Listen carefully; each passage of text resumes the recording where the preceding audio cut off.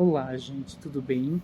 Vamos ver hoje uma questão sobre concordância verbal, que é um assunto bastante presente em qualquer certame, desde concurso público até o Enem.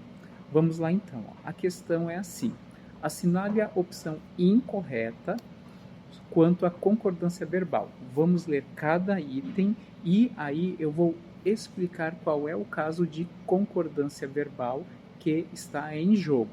Relembrando, o que é concordância verbal? É quando o núcleo do sujeito ele manda no número singular ou plural e na pessoa do verbo, primeira, segunda ou terceira pessoas, tá bom?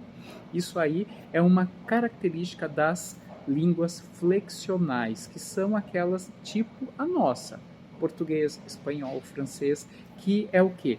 Línguas que têm muitas terminações que elas indicam se algo está no singular, plural, primeira pessoa, segunda pessoa, terceira pessoa, modo, tempo, gênero. Isso tudo são características de línguas flexionais, tranquilo? Vamos ver a primeira alternativa: homens, mulheres, crianças. Ninguém escapou da revista.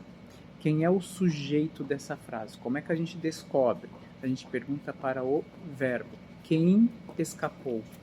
Aí tudo que está ali antes é o sujeito. Só que nesse caso aí, nós temos um sujeito que contém um termo resumitivo, ou seja, aquilo que reúne em uma única palavra tudo que foi falado antes. Ó. Homens, mulheres, crianças, ninguém escapou da revista.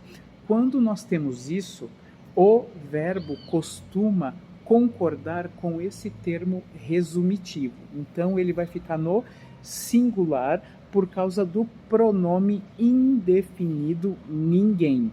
Tranquilo?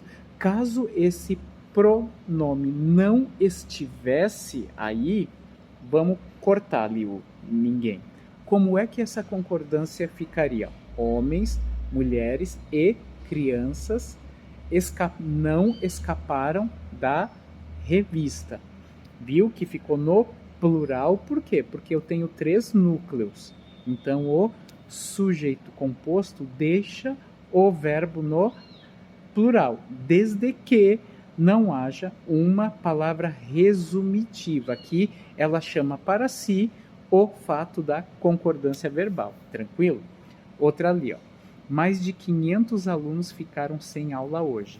Mais de, vem um termo de ordem numérica, o verbo vai concordar com esse termo. Então, frase igualmente correta. Bastam 2 horas para que façamos todo o serviço. Bastam. Quem bastam?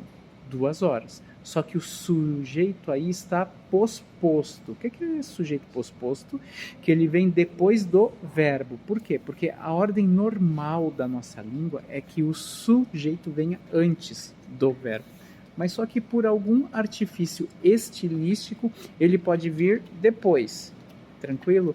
Então, como esse sujeito está posposto e ele tem como núcleo uma palavra plural, esse verbo vai para o plural por causa da concordância verbal, tranquilo?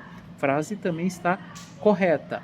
Fazem 5 anos que ele partiu para a Europa. Erro, verbo fazer e o verbo haver.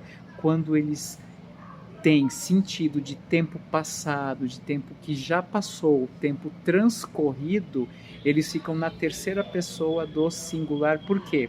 Porque eles não têm sujeito.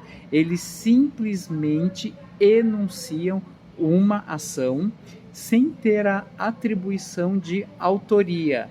Faz 5 anos, isso não tem um autor, não tem quem faça isso ou quem motive isso. Então, esse é o caso de oração sem sujeito, que na língua portuguesa é marcado por meio do uso da terceira pessoa do singular, que Em termos linguísticos mais atuais, ela é a não pessoa, porque nós temos a primeira pessoa é quem fala, segunda pessoa é com quem se fala, e a terceira pessoa é o quê? Ou é o tema, assunto, ou é o quê? Uma marca de que não há um autor para aquela ação verbal. Tranquilo? Espero que tenham entendido e até a próxima.